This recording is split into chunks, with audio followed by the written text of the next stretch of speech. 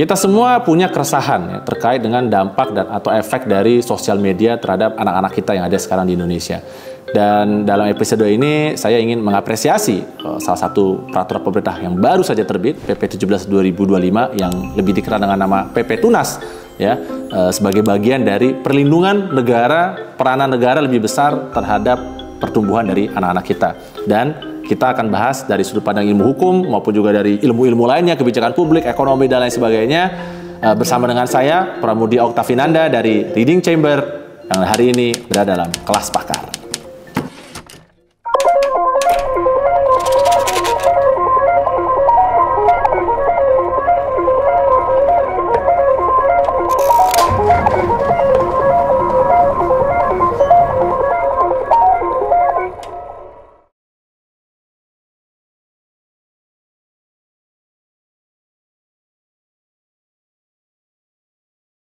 Nah, hari ini kita akan membahas salah satu tema yang baru saja muncul dan menurut saya penting untuk diketahui bersama, yaitu adalah tentang perlindungan sosial media bagi anak-anak. Nah, kebetulan banget ini kan pemerintah ini baru aja mengeluarkan Peraturan Pemerintah Nomor 17 Tahun 2025. Tentang apa? Peraturan itu berbicara tentang tata kelola penyelenggaraan sistem elektronik dalam perlindungan anak. Nah, ini jadi satu pertanyaan. Kenapa harus ada pelindungan bagi anak di dalam sosial media? Nah, sesuai dengan tradisi dari Reading Chamber ya, karena hari ini kita lagi kolaborasi, nanti akan ada beberapa buku yang saya mau bahas terkait dengan pentingnya peran pelindungan tersebut. Dan sebelum kita masuk ke situ, saya akan memberikan sedikit gambaran. Sebenarnya fungsi dari PP ini apa sih? Ya kan, apa sih mau coba diatur oleh negara kita gitu ya? Dan nanti kenapa ini penting? Di bagian lain kita juga akan bahas filosofi dari kenapa akhirnya diperlukan PP seperti ini dan kenapa sebenarnya alih-alih ini mungkin kayak apa ya, mungkin ada sebagian orang mengaku, wah ini berlebihan nih, ngapain sih negara masuk atau intrusif mengatur itu kan, biarkanlah sosial media ini mengatur sendiri atau harusnya itu peranan dari orang tua dan lain sebagainya. Nah, nanti kita akan lihat dan ternyata memang sejarah itu panjang, jadi nggak kita mencapai titik seperti ini nih sebenarnya merupakan satu sejarah yang berulang ya, seperti itu kira-kira.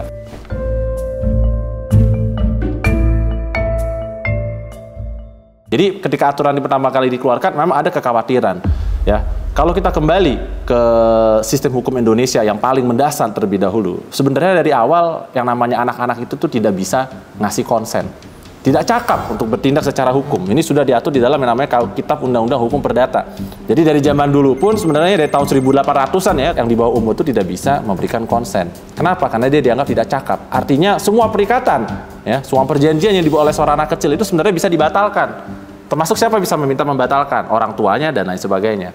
Nah, konsep tadi ini kemudian diadopsi. Jadi kalau boleh dibilang sebenarnya ketika PP ini keluar di tahun ini ya, nomor 17 tahun 2025 ini sebenarnya nggak ada satu hal yang baru. Justru ini melaksanakan apa yang sudah seharusnya dilaksanakan dari zaman bahala, bahwa anak itu seharusnya tidak bisa serta-merta dibebaskan ya, untuk tiba-tiba dia masuk ke dalam sosial media. Nah, di dalam PP ini ada beberapa ketentuan. Jadi dia itu membagi atau mengatur supaya sosial media, penyelenggara sistem elektronik ya, termasuk dalam ini sebenarnya bahkan itu lebih luas loh ya daripada sosial media. Sosial media hanya salah satunya. Penyelenggara elektronik itu termasuk website, ya kan, termasuk aplikasi-aplikasi lainnya. Itu semua kena sebenarnya. Jadi ini nggak cuma kita bicara sosial media seperti Facebook gitu kan, atau Twitter yang sekarang berubah jadi X gitu kan, atau YouTube dan lain sebagainya. Itu hanya salah satu contoh. Tapi seluruh penyelenggara sistem elektronik harus memberikan perlindungan dan ada mekanisme yang harus diikuti supaya anak itu kemudian bisa menjadi user. Oke. Nah, sekarang kita bahas nih beberapa hal yang menarik ya, dan kenapa ini menjadi penting. Jadi satu, peraturan ini membagi jadi dua, yaitu produk, fitur, dan layanan yang diciptakan khusus untuk anak-anak dan produk, fitur, dan layanan yang mungkin diakses oleh anak. Nah, kita akan fokus untuk yang nomor 2, karena mungkin kalau untuk yang dari awal dia sudah menyiapkan untuk anak-anak, dia udah tahu lah harusnya apa yang mesti dia lakukan. Harapan kita seperti itu ya. Untuk yang dapat diakses oleh anak, dia itu peraturan ini memberikan beberapa persyaratan atau beberapa kriteria. Yang satu adalah, salah satunya ini saya bacakan ya biar jelas banget nih. Satu, syarat ketentuan aturan atau kebijakan yang dipublikasikan atau disusun dalam satu dokumen internal penyelenggara sistem elektronik menunjukkan bahwa produk, layanan, dan fitur tersebut dapat digunakan atau diakses oleh anak. Yang kedua, bahwa komposisi penggunanya adalah anak paling banyak. Yang ketiga, iklannya itu terkait produk, layanan, dan fitur ditujukan kepada anak. Kemudian ada elemen desain dari produk lain atau fitur juga dibuat atau ditampilkan sedemikian rupa sehingga menarik untuk anak gunakan. Dan atau jadi ini syaratnya ini bukan kumulatif ya, tapi salah satu terpenuhi dia kena adalah produk layanan dan fitur secara substansial serupa atau sama dengan produk layanan dan fitur yang telah terbukti digunakan atau diakses oleh anak. Nah, setelah kita memenuhi tadi kriteria-kriteria tersebut, kemudian akan dinilai faktor risiko. Ada tingkat risiko tinggi, ada tingkat risiko rendah. Nah, faktor risikonya apa saja yang masuk? Ya kan? Yang pertama, berkontak dengan orang lain tidak dikenal. Ini nomor satu. Kedua, bisa terpapar pada konten pornografi, konten kekerasan, konten yang berbahaya bagi keselamatan nyawa, dan konten yang lain tidak sesuai untuk peruntukan anak. Yang ketiga, eksploitasi anak sebagai konsumen. Kemudian yang keempat, mengancam keamanan data pribadi anak. Yang kelima, menimbulkan adiksi. Yang keenam, menimbulkan gangguan kesehatan psikologis anak. Yang ketujuh, gangguan fisiologis anak. Nah, jadi kalau misalnya tadi dari salah satu 7 ini ya, dia misalnya ternyata bisa terpapar kepada seorang anak, ini akan menambah tuh faktor resiko. Semakin banyak nih dari hal-hal sini terpenuhi, maka semakin tinggi nanti karakteristik si penyelenggara sistem elektronik tersebut. Nah, bicara di situ tadi dari 7 konten dari 7 faktor resiko tersebut, yang paling kena dan saya lihat bisa langsung kelihatan ya, itu pasti adalah fitur sosial media. Sosial media itu memang sedari awal diciptakan sebagai bagian dari yang namanya attention economy. Nah, kalau kita bicara attention economy, saya harus ambil salah satu buku ya di sini. Pertamanya adalah buku yang judulnya nanti The Siren's Call. Ya. How Attention Became the World's Most Endangered Resource dari Chris Hayes. Jadi apa sih sebenarnya dari buku The Siren's Call ini yang kemudian satu poin penting yang kalau saya boleh bilang ada di dalam buku ini. Satu, bahwa information is infinite.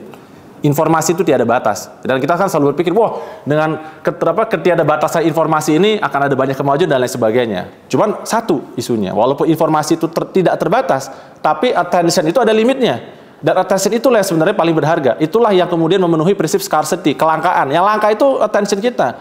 Jadi kalau kalian pikirin, ada banyak sebenarnya info masih ada di dalam berbagai macam sosial media yang sebenarnya saling bertarung untuk memperebutkan atensi kita. Dan itu terlihat sebenarnya, ya kan? Orang selalu punya pilihan kan, apakah dia mau menonton video seperti ini atau dia juga bisa menonton video kucing, ya kan, atau menonton video tokoh-tokoh anime gitu kan, atau video-video cosplay gitu kan. Dan kemudian akan timbul pertanyaan, mana yang akan lebih menarik buat mereka? Dan orang-orang di sini di dalam bisnis sosial media ini bukan orang-orang bodoh, mereka orang-orang yang sangat terpelajar dan mereka tahu, mereka memahami psikologi dari manusia itu sendiri dan kemudian melihat bahwa pada akhirnya ada beberapa hal tertentu yang memang lebih mudah untuk mendapatkan attention dari seseorang. Nah, bayangkan ini, kalau untuk orang dewasa saja, ya attentionnya itu gampang untuk diambil alih, apalagi untuk seorang anak kecil. Yang kita bayangkan secara psikologis, secara fisiologis dan lain sebagainya bahkan memang belum siap atau belum cukup gitu ya untuk kemudian dia menentukan nasibnya sendiri atau dia menentukan pola pikirnya sendiri. Makanya tadi dibilang harus ada perbedaan antara perlindungan bagi seorang anak dan perlindungan bagi orang dewasa. Dan bahkan kalau berdasarkan pengalaman saya sendiri selama ini, nggak usah anak kecil, banyak orang yang harusnya sudah dewasa gitu kan ya, harusnya sudah berpendidikan S1 atau S2 di sosial media pun bahkan kadang-kadang melakukan tindakan-tindakan yang cukup bodoh gitu menurut saya gitu. Nanti kita bisa bahas juga. Nah, kalau mereka sendiri aja tidak bisa mengontrol dirinya itu kan ya, The Siren's Call ini, bagaimana dengan tadi anak kecil?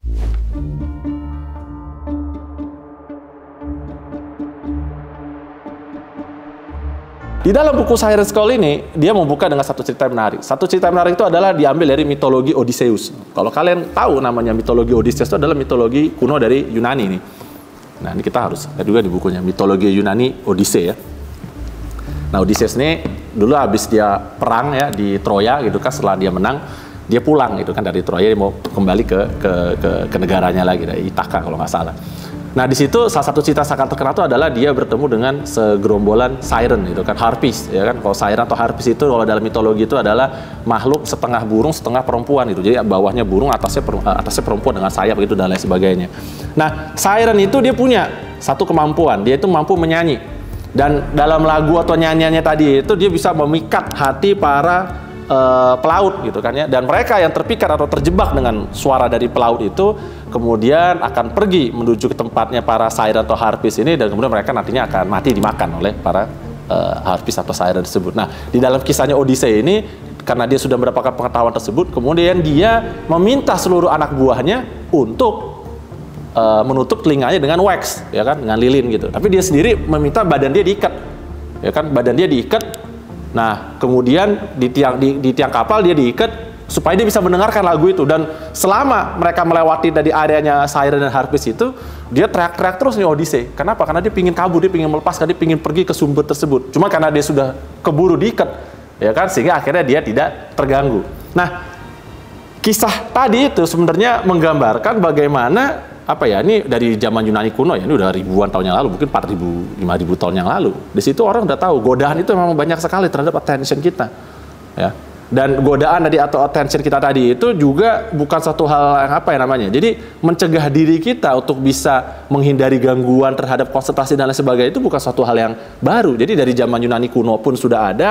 Kalau zaman dulu ketika saya belajar sufi dan lain sebagainya di masa lalu ya, waktu zaman dulu SMA, awal kuliah pun juga ada berbagai macam teknik dan lain sebagainya. Nah, sini saya juga mau bahas sedikit nih. Ada buku juga namanya nih The Wandering Mind.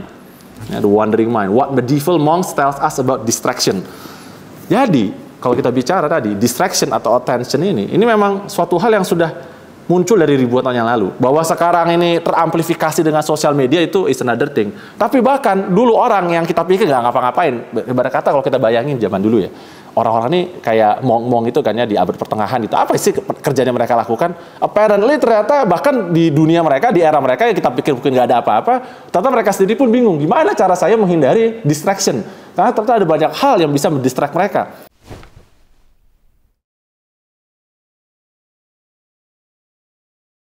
Itulah kemudian akhirnya munculnya peraturan ini gitu ya tadi ya, yang saya senang banget sebenarnya. Karena menurut saya ini suatu hal yang luar biasa bahwa Indonesia bisa memikirkan hal tersebut dan melihat bahaya yang memang bisa benar timbul dari adiksi dari sosial media gitu. Mereka menyadari bahwa memang kalau kita tidak jaga ini dengan benar, kita akan menciptakan generasi yang khawatirnya ya tadi easily distracted, tidak bisa fokus, dan kemudian juga akhirnya sekedar jadi konsumen. Ya kan, dia hanya sekedar mengkonsumsi apa yang ada apa yang ada disediakan atau dibuat dari sosial media ini. Karena tadi kalau misalnya kita tidak membuat aturan seperti ini, ya kan, kita sekarang aja udah melihat kan berapa banyak sih orang yang terkena kasus gara-gara di sosial media. Ya, bayangkan orang-orang yang usia sudah dewasa. Sering kerap kali kita dengar kan adalah orang dilaporin karena undang-undang ITE sebagai contoh gitu kan ya. Adalah orang yang karena kemudian terhina, ya kan, dia ketemu dengan orang yang salah gitu ya di dunia sosial media, kemudian ngomong sembarangan dan lain sebagainya, berakhir dengan jadi perkara hukum ya. Dan di situ baru nanti terlihat relasi kuasa yang sangat berat sebelah sebenarnya, nggak cuma di Indonesia tapi juga di berbagai negara. Mungkin kalau di sini karena kita ada undang-undang ITE tadi ya, banyak dipakai oleh orang-orang misalnya untuk kemudian bisa dilaporkan atau lain sebagainya. Kalau di dunia barat gitu ya, yang mungkin karena First Amendment, kalau di Amerika itu bisa sebagai contoh, yang terjadi biasanya lebih banyak ke cancel, ya kan, di cancel culture. Sehingga kalau misalnya you dianggap melakukan atau melanggar norma-norma yang dianggap adalah bagian dari norma sosial, ya akhirnya kamu bisa jadi di cancel. Mungkin kamu nggak dilapor ke polisi, tapi hidup kamu tetap bisa dihancurkan. Itu yang harus kita cegah.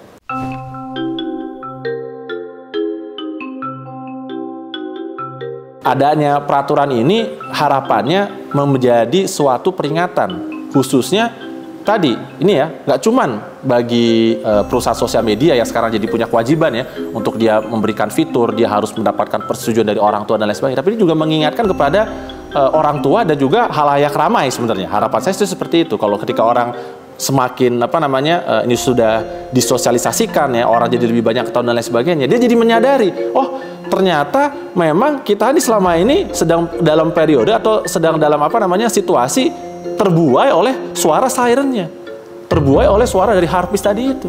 Kita nggak menyadari bahwa kita sebenarnya sedang atensi kita lagi dicuri oleh berbagai macam media yang dibuat, yang bahkan lebih parahnya lagi, media itu bahkan dibuat oleh kita untuk kita. Ini harus dijaga ya, bahwa orang tua harus lebih terlibat, ya kan. Dengan kita sosial media tadi harus mendapatkan persetujuan dari orang tuanya, sebenarnya itu mengingatkan kepada orang tuanya, jangan kamu biarin anak kamu sendirian, jangan kamu biarin anak kamu lepas saja. Oh, ini saya sekarang udah ada berbagai macam aplikasi gitu kan, ada berbagai macam hiburan di internet dan lain sebagainya. Udahlah, saya nggak perlu lagi ngurusin anak saya gitu kan, biarin aja lah dia bermain situ, saya juga nggak terganggu. Ada pemikiran-pemikiran seperti itu. Itu bukan satu langkah yang tepat gitu. Kenapa? Karena tadi itu akan berpengaruh kepada anaknya itu sendiri, ya kan, tidak membantu anaknya, tidak membantu orang tuanya juga gitu.